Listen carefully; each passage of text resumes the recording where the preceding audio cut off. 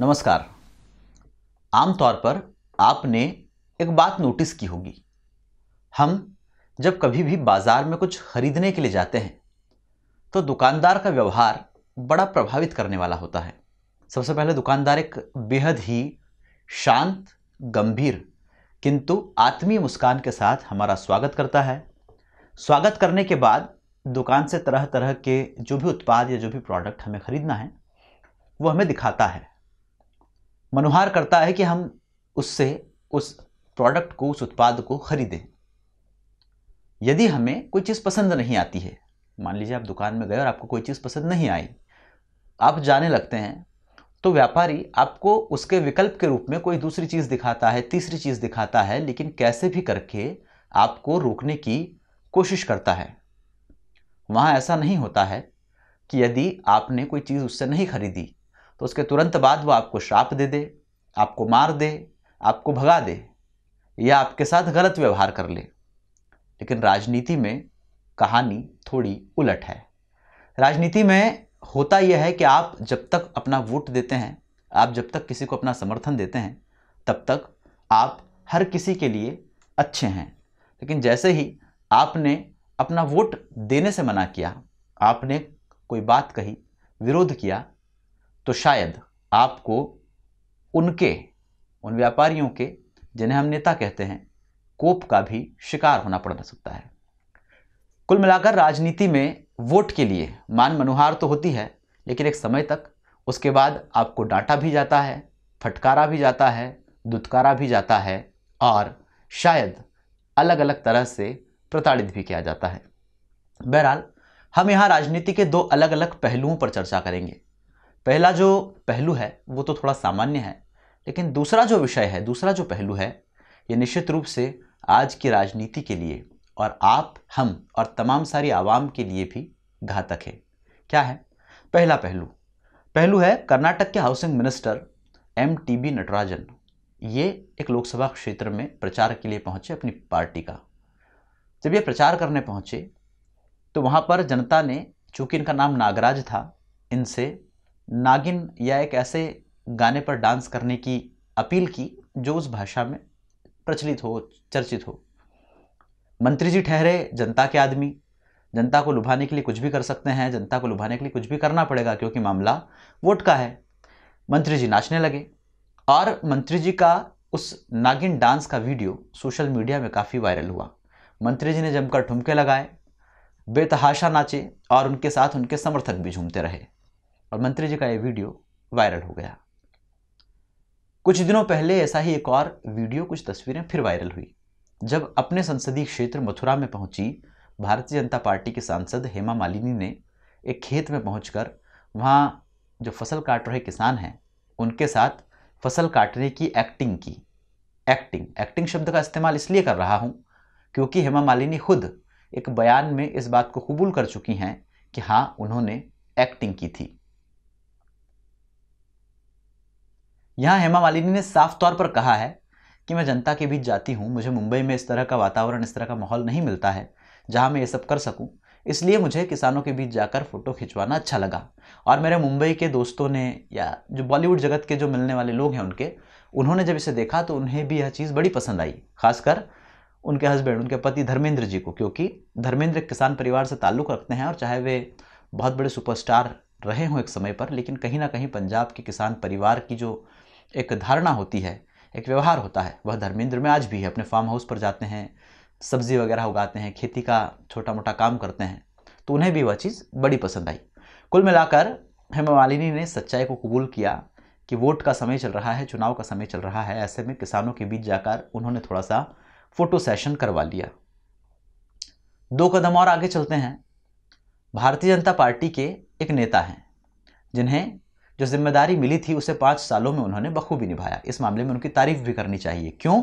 क्योंकि यदि अपनी पार्टी के खिलाफ शास्त्रार्थ करने के लिए उनके सामने आप भले ब्रह्मा जी को खड़ा कर दें, मुझे लगता है कि ब्रह्मा जी को भी वे हराकर और अपने तर्कों से संतुष्ट करके घर भेज सकते हैं। हम बात कर रहे हैं भाजपा के राष्ट्रीय प्रवक्ता संबित पात्रा की। उड़ीसा से आते हैं, डॉक्टर हैं, दिल्ली में रहते हैं और भाजपा ने इस बार उन्हें उड़ीसा के पुरी से टिकट भी दिया है। जमकर चुनाव प्रचार में लगे हुए हैं संबित पात्रा और प्रचार के दौरान तमाम सारी चीज़ों को भूलकर सिर्फ कैसे जनता जनार्दन की कसौटी पर खरा उतरा जाए इस बात का ध्यान रख रहे हैं। ऐसे ही एक गरीब परिवार के यहाँ खाना खाने पहुंच गए संबित पात्रा। जिस वक्त वे खाना खा रहे थे उस वक्त का एक वीडियो और कुछ तस्वीरें भी वायरल हुई और इसके बाद उनकी खुद की ही पार्टी निशाने पर आ गई। संबित पात्रा इस वीडियो और फोटोज़ के बाद काफ़ी ज़्यादा ट्रोल भी हुए। क्यों? क्योंकि जिस गरीब के यहाँ वे खाना खा रहे थे वहाँ एक महिला चूल्हे पर गर्मा गर्म रोटियां बनाकर संबित पात्रा को भेंट कर रही हैं, उन्हें खिला रही हैं। जबकि भारतीय जनता पार्टी का तो यह दावा है कि उज्ज्वला योजना के तहत देश में सबसे ज़्यादा गैस कनेक्शन सिर्फ भाजपा के राज में बटे हैं। गृहिणियों को धुएं का सामना ना करना पड़े, उनकी आंखें खराब ना हो, उन्हें एक बेहतर गृहस्थी और बेहतर जीवन मिल सके, इसके लिए भारतीय जनता पार्टी की योजनाएं देश में सबसे ज़्यादा कारगर हैं। भाजपा ने जो योजनाएं बनाई है, इतिहास में ऐसी कोई सरकार नहीं आई जिसने उस तरह की योजनाएं लाई हों।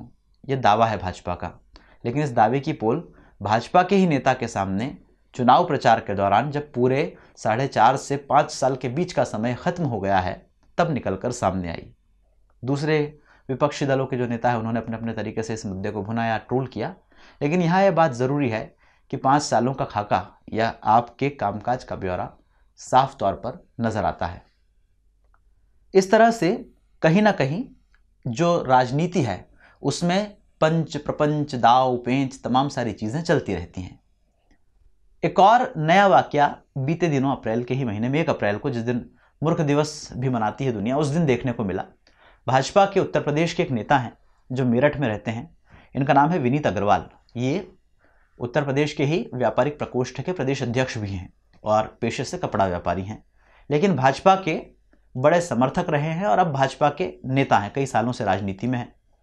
विनीत अग्रवाल ने क्या किया? विनीत अग्रवाल ने एक सभा में 1 अप्रैल को एक रैप सुनाया।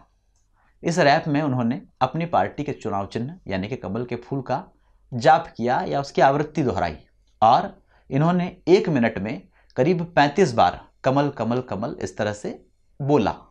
निश्चित रूप से हम सब लोग जिस दल का प्रचार करते हैं, जिस दल का समर्थन करते हैं, जिसे पसंद करते हैं, उसके प्रचार में या उसके लिए इस तरह की चीज़ें की जा सकती हैं। 35 बार इन्होंने बोला, लोगों ने खूब तालियां बजाई। इनका एक वीडियो बना, सोशल मीडिया पर जमकर वायरल हुआ। उस वीडियो के बाद इनका आत्मविश्वास बढ़ा।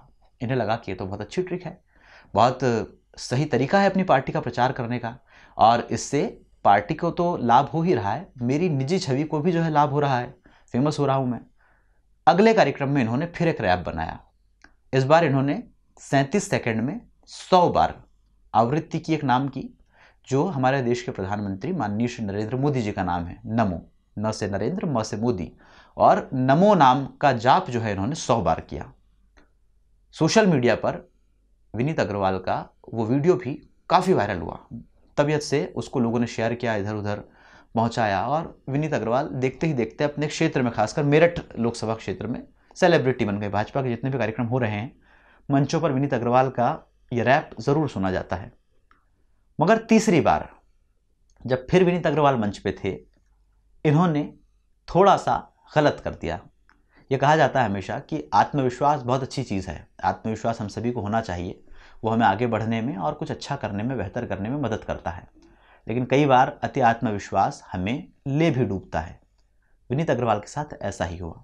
डूबे हुए नहीं, ना उन पर कोई कुछ मामला दर्ज हुआ, कुछ हुआ, लेकिन राजनीति की मर्यादाएं क्या है, उसकी सीमाएं क्या है और हमें किन बातों का ध्यान रखना चाहिए, इस चीज़ को यहाँ पर अग्रवाल भूल गए। उन्होंने मंच पर कांग्रेस के राष्ट्रीय अध्यक्ष राहुल गांधी के नाम का भी जाप किया, एक रैप बनाया और जिस तरह से पूरा देश एक उपहास के तौर पर राहुल गांधी के नाम का जिक्र करता है, हमें उस नाम को दोहराने में भी कहीं ना कहीं संकोच का भाव आता है, वो भी उन्होंने उस मंच से दोहराया और करीब 30-35 बार राहुल गांधी का भी वहाँ से नाम लिया। आप चाहें तो ये वीडियो सुन सकते हैं जिसमें वो कमल, नमो और राहुल गांधी तीनों के बारे में अलग अलग मंच पर बोल रहे हैं।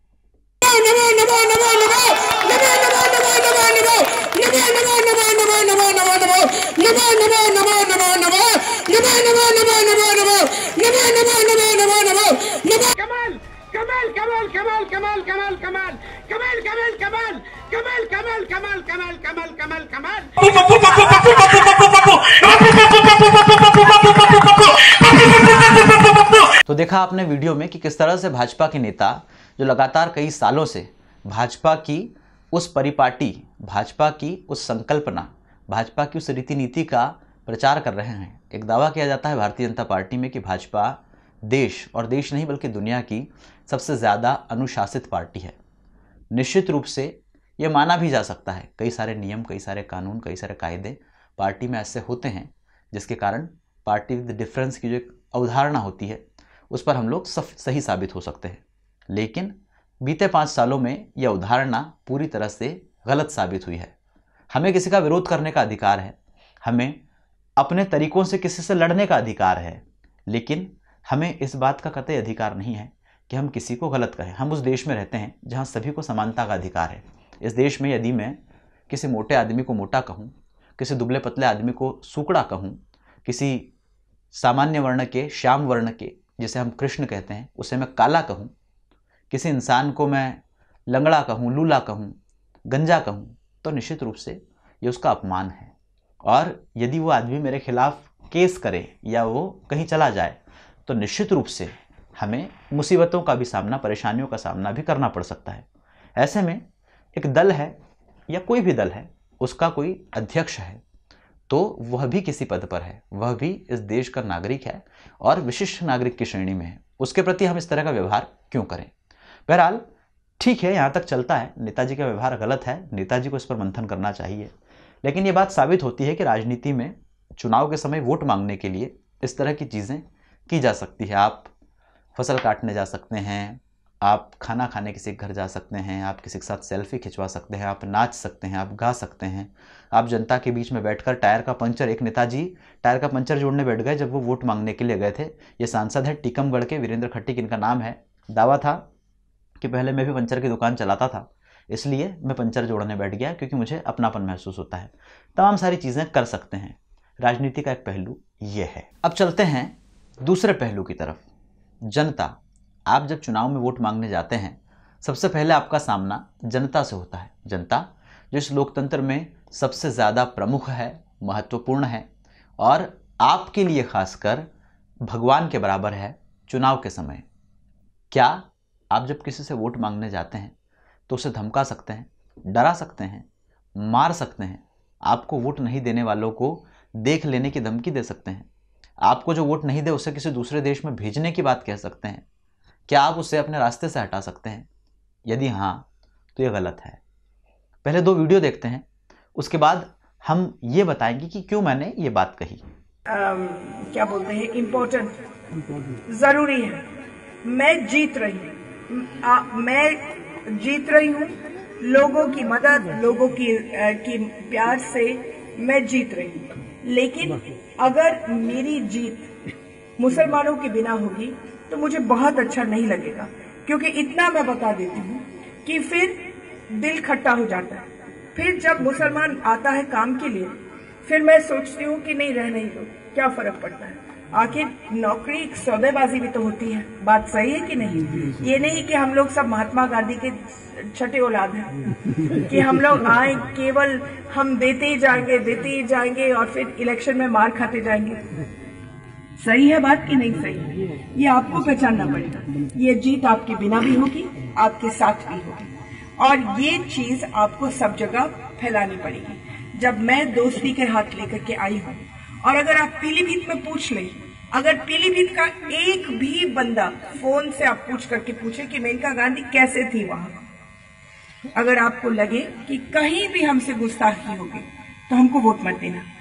लेकिन अगर आपको लगे कि हम खुले हाथ और खुले दिल के साथ आए कि आपको कल मेरी जरूरत पड़ेगी, ये इलेक्शन तो मैं पार कर चुकी हूँ, अब आपको मेरी जरूरत पड़ेगी, अब आपको ये जरूरत के लिए नींव डालना है, तो ये है वक्त। आपका जब पोलिंग बूथ का आएगा रिजल्ट, और उस रिजल्ट में 100 वोट निकलेंगे और या 50 वोट निकलेंगे, तो उसके बाद जब आप काम के लिए आएंगे तो वही होगा मेरे साथ। समझ गए आपको? और एक सन्यासी आपके दरवाजे पर आया है, और सन्यासी जब किसी के दरवाजे पर आता है, भिक्षा मांगता है, कोई बात याचना करता है, अगर उसकी बात नहीं मानी जाती है तो जानते हैं वो सन्यासी गृहस्थी के पुण्य ले जाता है और अपने पाप दे के चला जाता है। शास्त्र में लिखा है, मैं शास्त्रोक्त बात कह रहा हूँ। इसलिए कोई दौलत मांगने के लिए नहीं आया हूँ, जमीन जायदाद मांगने के लिए नहीं आया हूँ, कुछ और वस्तु पदार्थ मांगने के लिए नहीं आया हूँ। वो वोट, जिस वोट से 125 करोड़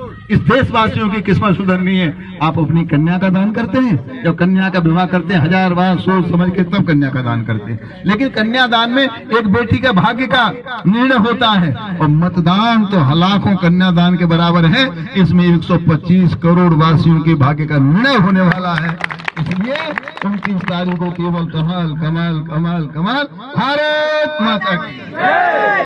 उत्तर प्रदेश के उन्नाव लोकसभा क्षेत्र से सांसद हैं भाजपा के नेता साक्षी महाराज। साधु की तरह एक चोला पहनते हैं भगवा रंग का, और दावा भी करते हैं कि साधु हैं। एक सभा में वोट मांगने गए, वहां उन्होंने लोगों से कहा कि मैं आपके बीच में वोट मांगने आया हूं, और अगर आपने मुझे वोट नहीं दिया तो आपको श्राप लगेगा। मैं सन्यासी हूं, मैं आपके दर से आपके पुण्य ले जाऊंगा और अपने पाप आपके यहाँ छोड़ जाऊंगा। और ये शास्त्रों में भी लिखा है कि ऐसा होता है। अगर कोई सन्यासी आपके दर आया है, आपने उसे कुछ नहीं दिया, तो वह पाप वहाँ छोड़कर आपके पुण्य ले जाता है। और मैं कोई आपसे भीख मांगने या कोई दूसरी चीज़ मांगने नहीं आया हूँ, धन दौलत, मैं तो आपसे बस वोट मांगने आया हूँ। आप मेरा ध्यान रखिएगा, नहीं तो आपको पाप लगेगा। क्यों लगेगा पाप? क्या ये गलत है कि आपको वोट नहीं दें तो देश की जनता पापी है? क्या ऐसा हो सकता है? और अगर ऐसा होता है तो ये कौन तय करेगा कि आप संत हैं, महाराज हैं?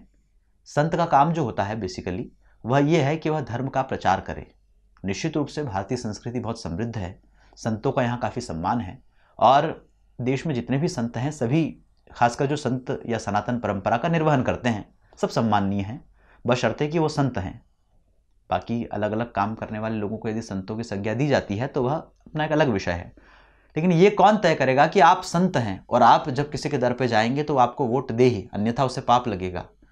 संत आप उस दिन नहीं रहे जिस दिन से आपने राजनीति का चोला ओढ़ा है। कारण क्योंकि सनातन धर्म या संत की परंपरा जिससे आपने दीक्षा ली है वो इस बात के लिए है कि आप देश के अलग अलग हिस्सों में जाकर घूमकर या जहाँ भी आप हैं वहाँ धर्म का प्रचार करेंगे। जिस दिन से आप किसी राजनीतिक दल की योजनाओं का, किसी पार्टी की विचारधारा का और अपने निजी स्वार्थ के लिए, अपने क्षेत्र में जीतने के लिए इस तरह की गलत अफवाहों का प्रचार करने लगे थे, संत आप उस दिन से नहीं रहे थे। दूसरी बात, पाप और पुण्य ये धार्मिक विषय हैं।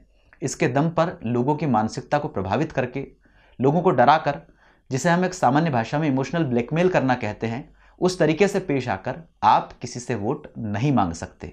ये गलत बात है। दूसरा वीडियो जो है वह है भारतीय जनता पार्टी की सांसद जो वर्तमान में पीलीभीत से सांसद हैं और अब सुल्तानपुर से अपना भाग्य आजमा रही हैं, मेनका गांधी का। मेनका गांधी गांधी परिवार से आती हैं, लेकिन गांधी परिवार की तरह ये कांग्रेस की नहीं, भाजपा की सदस्य हैं। इनके पति संजय गांधी किसी ज़माने में कांग्रेस से सांसद रहे हैं और कांग्रेस के मशहूर युवा नेताओं में से एक थे। मेनका गांधी जब सुल्तानपुर में प्रचार करने पहुंची तो उन्होंने वहां मंच पर खड़े अल्पसंख्यक समुदाय के लोगों को ये कहा कि मैं इस बार जीत रही हूं और मैं तो जीत ही रही हूं, लेकिन मैं चाहती हूं कि मेरी जीत में आपका भी श्रेय हो, आप लोगों का भी वोट आए, क्योंकि यदि आपका वोट मुझे नहीं मिला तो मज़ा नहीं आएगा। फिर आप जब काम के लिए मेरे पास आएंगे तो मुझे भी सोचना पड़ेगा। आप ये ना सोचिए कि मैं आपके वोट से मतलब मुझे कोई फ़र्क पड़ता है और मतलब हार जाऊंगी मैं तो जीत ही रही हूँ। इतना आत्मविश्वास है मेनका गांधी को कि उन्होंने पहले ही डिसाइड कर लिया, पहले ये तय कर दिया, जबकि ना उस क्षेत्र में मतदान हुआ है, ना उस क्षेत्र का परिणाम आया है, ना उस क्षेत्र से मेनका गांधी पहले सांसद रही हैं, फिर भी उन्होंने तय कर लिया कि मैं तो जीत रही हूँ साहब, आप अगर मुझे वोट नहीं दोगे तो ये आपके लिए अच्छा नहीं होगा। निश्चित रूप से हम सब जानते हैं कि अल्पसंख्यक समुदाय का मतलब मुस्लिम होता है, मुसलमान होता है। क्या देश के मुसलमानों के साथ या अपने क्षेत्र के ही मुसलमानों के साथ हम ऐसा बर्ताव करेंगे? गलत है। नेता चुनाव के समय राजनीति में आने के लिए पंच और प्रपंच करें वहाँ तक ठीक है, लेकिन लोगों को इस तरह से डराना, धमकाना, उन्हें प्रभावित करना अपनी धमकियों से, ये पूरी तरह से गलत है। आपको यदि इस बात का गुमान है कि आप जीत रहे हैं तो ये बहुत अच्छी बात है, लेकिन उसके लिए आप किसी के साथ ऐसा व्यवहार नहीं कर सकते। क्या वो हमारे क्षेत्र के लोग नहीं हैं, वो हमारे देश के लोग नहीं हैं जिन्होंने हमें वोट नहीं दिया। हमेशा ऐसा होता है हर चुनाव में कि कोई व्यक्ति किसी दल को वोट देता है, कोई व्यक्ति किसी दल को वोट देता है। कोई कांग्रेस को देगा, कोई भाजपा को देगा, कोई अन्य दलों को देगा। जीत अंत में किसी एक दल की होती है। निश्चित रूप से एक लोकसभा क्षेत्र है, 12 प्रत्याशी हो सकते हैं, 20 प्रत्याशी होते हैं, जीतता एक ही है। तो जिन लोगों ने हमें वोट नहीं दिया, जो लोग किसी दूसरी पार्टी का समर्थन करते हैं, क्या वे हमारे लोग नहीं हैं? और अगर वो हमारे दर पर आते हैं बीते या आने वाले 5 सालों में, तो क्या हम उनका काम नहीं करेंगे? अगर आपका जवाब है कि हाँ हम नहीं करेंगे, तो निश्चित रूप से आप, जिन्हें हम नेताजी कहते हैं, आप इस राजनीति के, इस पूरी संसदीय प्रणाली के योग्य ही नहीं हैं।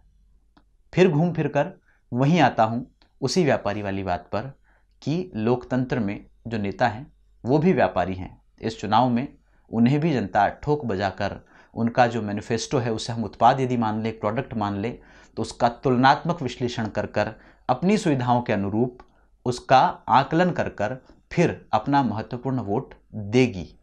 लेकिन यहाँ आपका कोई अधिकार नहीं बनता कि आप जनता को डराएं, जनता को धमकाएं, जनता को प्रलोभित करें और उन्हें मजबूर करें कि वो अपना वोट आपको ही दें। आपको इस बात का हमेशा ध्यान रखना चाहिए कि आप हमारे चुने हुए प्रतिनिधि हैं, इस जनता के चुने हुए प्रतिनिधि हैं, और इस लोकतंत्र में जनता ही सर्वोपरि है। जब जनता अपना अंगूठा टेकती है तो निश्चित रूप से अच्छे अच्छे अंगूठा छाप भी सरकार बदलने की क्षमता रखते हैं। हमने आपका चुनावी प्रपंच देखा है, हमने आपका करियर देखा है, हमने बीते 5 सालों में आपकी होती हुई ग्रोथ देखी है, हमने बीते 5 सालों में आपका बदला हुआ व्यवहार देखा है, हमने बीते 5 सालों में ये भी देखा है कि आप अपने लोगों से कितना प्यार करते हैं। लेकिन बावजूद इसके अगर आप ऐसा कहते हैं कि आप हमें देख लेंगे, तो यह गलत है।